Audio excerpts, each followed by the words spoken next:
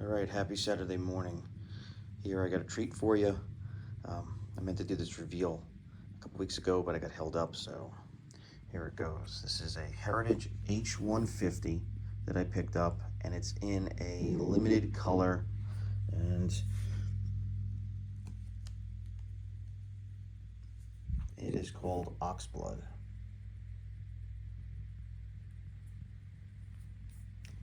Look how awesome that is. Now, I got it for quite the deal, and I think the reason why I got it for a deal is some of you who are OCD probably figured out. Wham! It looks like one of the mother of pearl inlays is slightly off color from the rest of them. Now, in Heritage's defense, I'm going to say that if you look at this guitar from a different angle, it disappears. It looks the same color as everything else, so I think that's just something with the material that probably didn't get caught initially. However, that being said, the guitar is absolutely stellar. It weighs about 9 pounds, and the fretwork is just amazing, and it sounds every bit of a Les Paul that a Les Paul should sound like, I guess. Just a different name on the headstock, but made in the original Gibson factory. So it is really, really nice. Really, really nice. Cream binding, and the stuff is just beautiful. Look at that mirror finish. You can actually see my amp in there, and just fantastic. What a great guitar. And to be honest with you, I wanted this one because of the color. And like I said, I got a great deal on it, and I suspect it's from that guy right there. But you know what? It doesn't bother me. It really doesn't. Matter of fact, you know, I know it's mine. It's got a beauty mark. Let's just put it that way. So let's get it plugged in and see how it sounds. Start with the bridge pickup.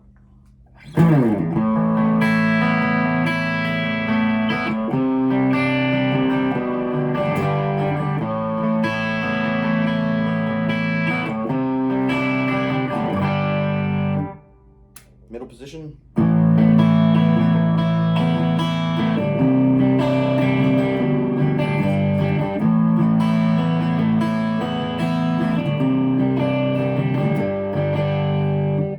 Neck.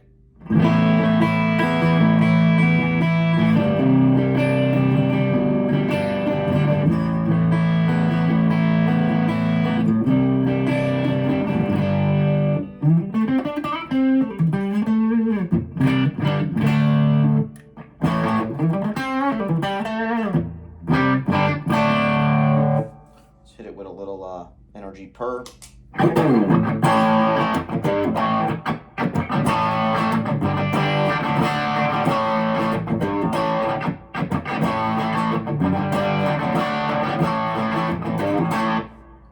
We'll hit it with the angry cat side of the purr.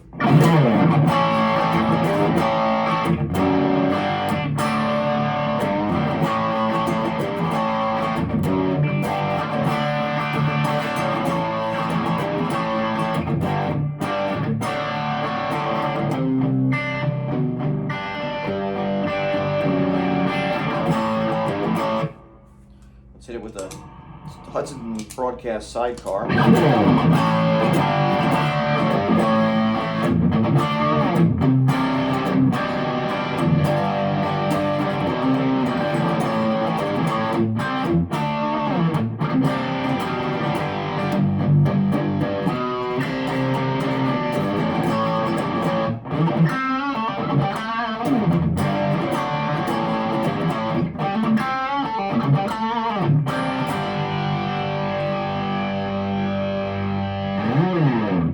Add a little delay.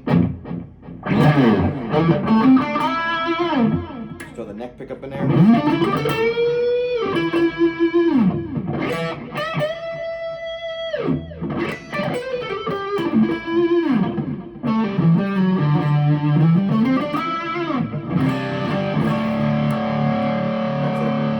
Back to the bridge.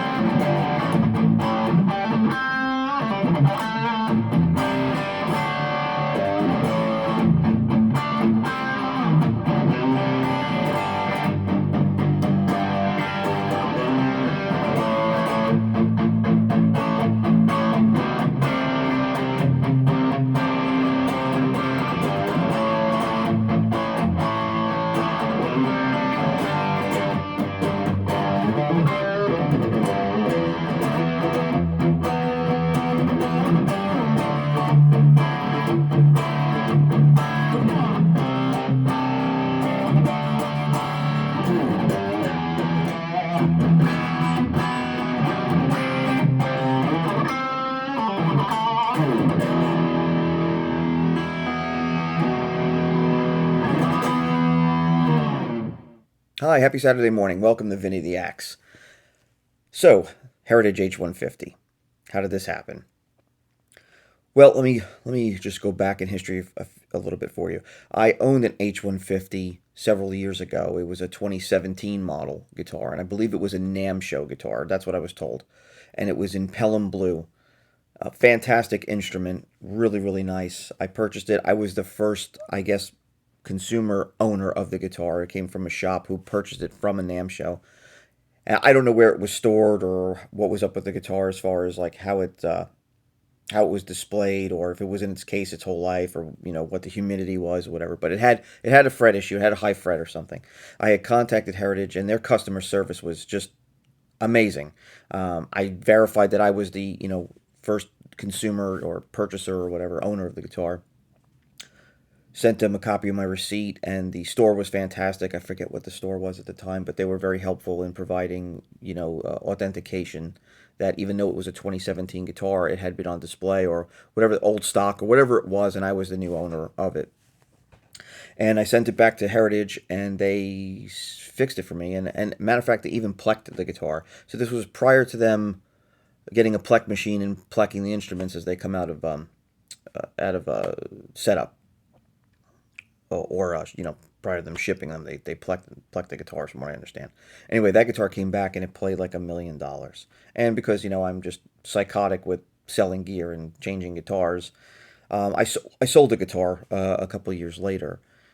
And the reason why I sold it was just two reasons. One, the color. I didn't like the color of the guitar. I'm not really a fan of blue guitars, and it's my thing. And also, the guitar weighed a little over 10 pounds. The guitar was heavy, and even I look at that and go, well, why didn't I just play it sitting down? I don't know. I think it was just I wanted to get the money to buy something new. So anyway, I had sold that guitar. That was a great guitar. Whoever's got that guitar, they got a really good, great playing guitar. Nice looking guitar, really nice looking instrument. And then the second Heritage I got, I had an H-135, which is like a double cutaway, and it was in this crazy metallic green color. And I think it was like the God knows what owner I was, probably the second or third owner. But I cleaned the guitar up like I do with all my stuff. I cleaned the guitar up, did a really good setup on it, and it played. When I sold that guitar, it left here playing probably better than it's ever played, and it was really, really nice. And whoever got that guitar from me through my reverb sales got one hell of a guitar as well. That thing played like $1 million. Again, didn't care for the color, just wasn't my thing. So I was in the market for a um, a Les Paul guitar. I had sold my Novo, which that thing played outstanding. I had a Novo Solus, and I had just recently sold that, and all because I didn't like the way it looked, and I didn't like the color. It was just a plain black guitar, and I didn't like it. Sounding wise, it was probably in the top five of all the guitars I've ever owned, and playability, the same thing. It was outstanding, but it just never jived with the look of it. I have to be attracted to a guitar to want to play it, and I just never liked the look of that guitar. If it was a different color, probably would have never sold it, but it was like So I got rid of it. Anyway, so I was on the hunt for a Les Paul to replace it, and sometimes buying a Gibson Les Paul can be a crapshoot. Really, you don't know what you're getting. You can get a really good one, and sometimes you don't. And to be honest with you, go into the guitar stores now and buying one off the shelf and trying them. Half of them are beat up, scratched, damaged. They don't take care of them. They'll take down a $3,000 or $4,000 guitar off the shelf and give it to a 16-year-old kid so he can bash the headstock into an amplifier at the music shop. So I've had good luck though buying online. So at any rate, I was looking to buy a Gibson Les Paul, and then I said, let me go look at Heritage again because I know their H-150. I've had one, like I said, and it was fantastic at the time. So maybe I can get one that's a little bit lighter and maybe in a color that I like. Now, normally they come in bursts. I'm not a burst fan. That thing back there never gets played. I'm not a burst fan at all. I keep that for sentimental reasons. A whole nother story for another day. But I'm not really into the burst stuff. And I always like something different. So I happened to run into an Oxblood one. There was a couple of them on Reverb. I purchased one, and then when I purchased it at nighttime, and the company made me a fairly decent deal on it. they said that it had sold out. And I was like, yeah, it sold out because I bought it. And they said, no, it sold in the shop and we didn't realize it and they refunded my money. So I was like, oh man, it's a bummer. So then I found this guy. And the company that sold this to me gave me quite the deal on it, quite the discount. And I was trying to figure out, because it's not a factory second or anything, so I'm trying to figure out why I got such a really good deal. And I was looking at the photos, and before I took the deal, I was like, oh, I think I know why. And I mentioned it in the beginning of the video, but if you look at this inlay is just completely a different color. It's just like really weird. And does it affect the playability of the guitar? No. It's it's actually, you know, and I bring this up twice, and I'm going to say it doesn't bother me, and it doesn't bother me. And you probably think, well, you already brought it up several times. It must drive you nuts. No, it just doesn't. It's let me put it this way: the deal I got on this guitar was substantial, so I don't care about the discoloration of the odd coloration of the fifth fret marker. So, matter of fact, I don't know. This could be, and I didn't see this in the other one, so I don't think this is like a thing, and I don't think Heritage is pretty like super trendy like that or like really weird like that. But I could start seeing somebody probably starting to do this where they'll put like all one fret mark type of fret marker in, and it'll just change out the fifth one or whatever to a different color or something. I guess it's kind of a cool idea. Anyway, it kind of goes with the cream and everything on here. Could care less anyway. This guitar is just an awesome color, man. It's hard to see unless you're in like total proper daylight. It almost looks black, but it's not. It's this Oxblood color is cool. I had an SG in a rare Oxblood color once too. I sold that to a friend of mine. I like the sound of the SG. I like the way the SG plays. I just don't like the position of how the neck sits on an SG.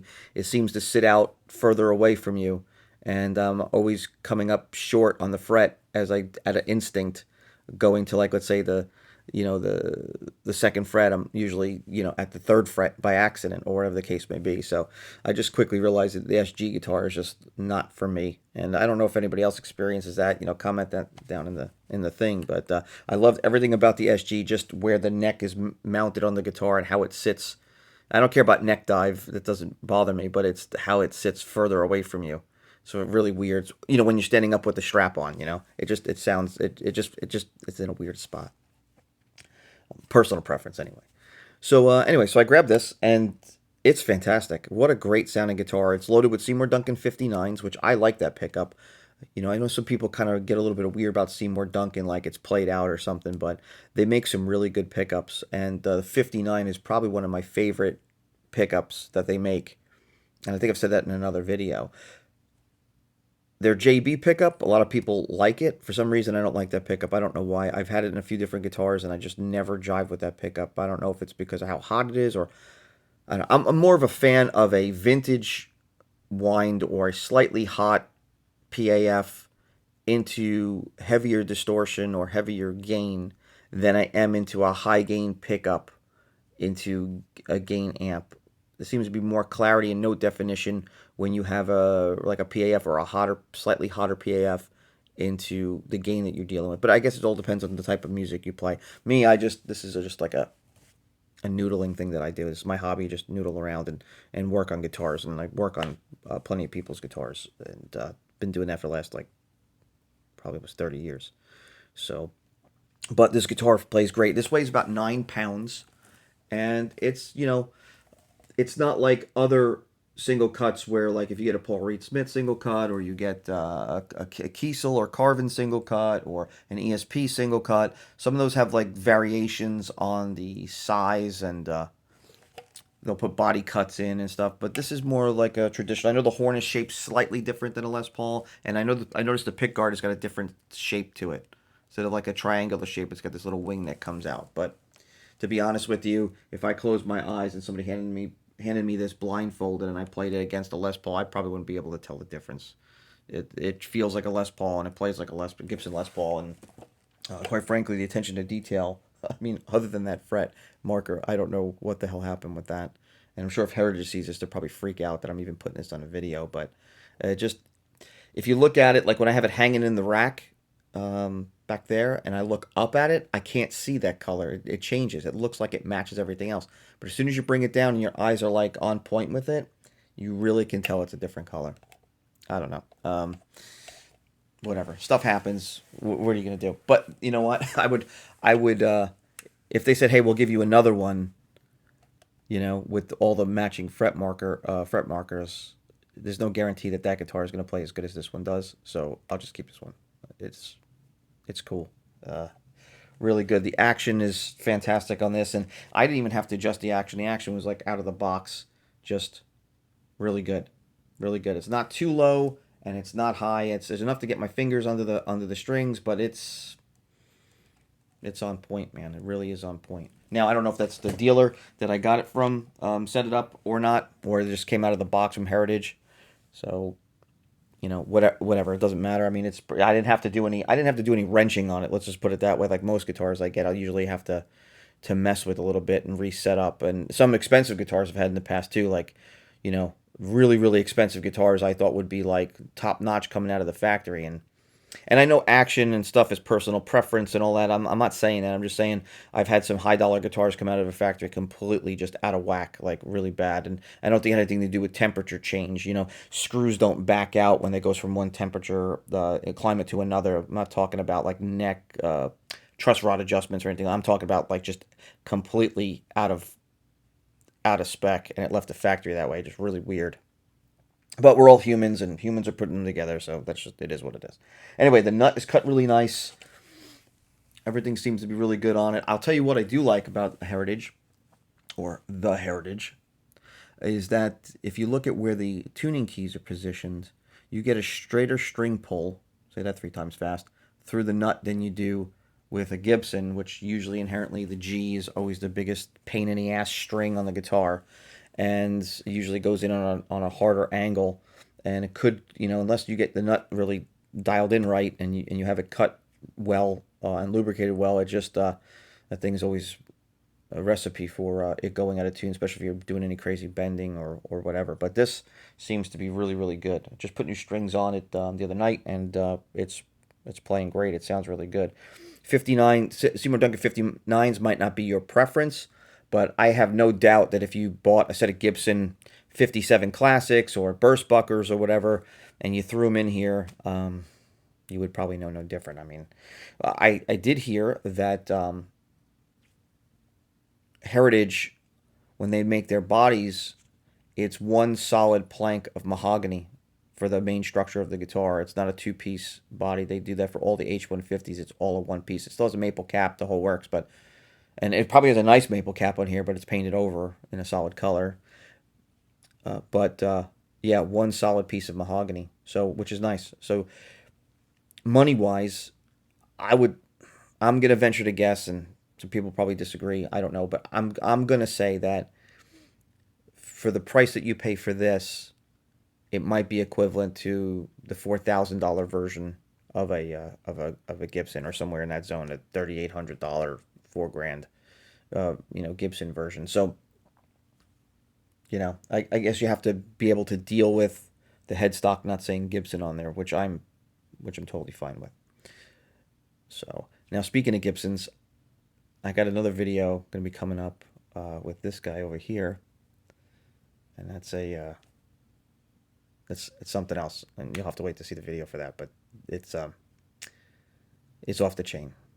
So anyway, if you have any questions, leave them in the comment field thing. Also, please like and subscribe. I'm trying to get this channel somewhere going someplace, and I would greatly appreciate it. I did forget to mention that the amp I was playing through was a Tone King 5-watt Gremlin, and I think I mentioned the pedals that I had, but I used a NRG Purr. It's the dual Purr, so it has the Happy Cat and the Angry Cat side. It's pretty much identical, just one set to a higher gain than the other. And I used a Hudson Electronics Sidecar, which is one of my favorite overdrive pedals or distortion pedals, whatever you want to call it. Oh, it's more of an overdrive, I guess they classify it as. That is just the cat's meow, I got to tell you. And I used a Boss DD8 delay for a little bit in there, and then I have a Strymon Flint reverb is on, because the Gremlin has nothing. It's pretty much a 5-watt amp with no reverb, no anything, and no loop or nothing. So effects loop, it's got none of that. So But yeah, the thing plays absolutely stellar. And to be honest with you, it's I think their paint, nitrocellulose paint, and I think you saw it in the opening screen. It was like almost like a mirror, uh, polished to a mirror. So, and I'm sure over time it'll get distressed or whatever. But I think this might. I think, and I'm going to say this as a what do you want to call it? A person who can't keep a guitar and constantly rotating them and changing them out. I think this might be a keeper. And I normally try not to say that anymore. My friends laugh at me if I say, "Oh, this one's definitely awesome." They're like, "It'll be gone in 3 weeks," and I'm like, "Yeah, you're probably right." But I will say that this one might be a keeper, might. But this guy right here, keeper. Yeah, this is going nowhere. I don't ever until I sell it. No, I'm just kidding. I think I'm gonna keep it. I know I'm gonna keep it. I'm gonna try to keep it. Let's put it that way. I'm just being honest. Anyway, thanks for watching the channel. Please subscribe and like, and I'll see you next week. Later.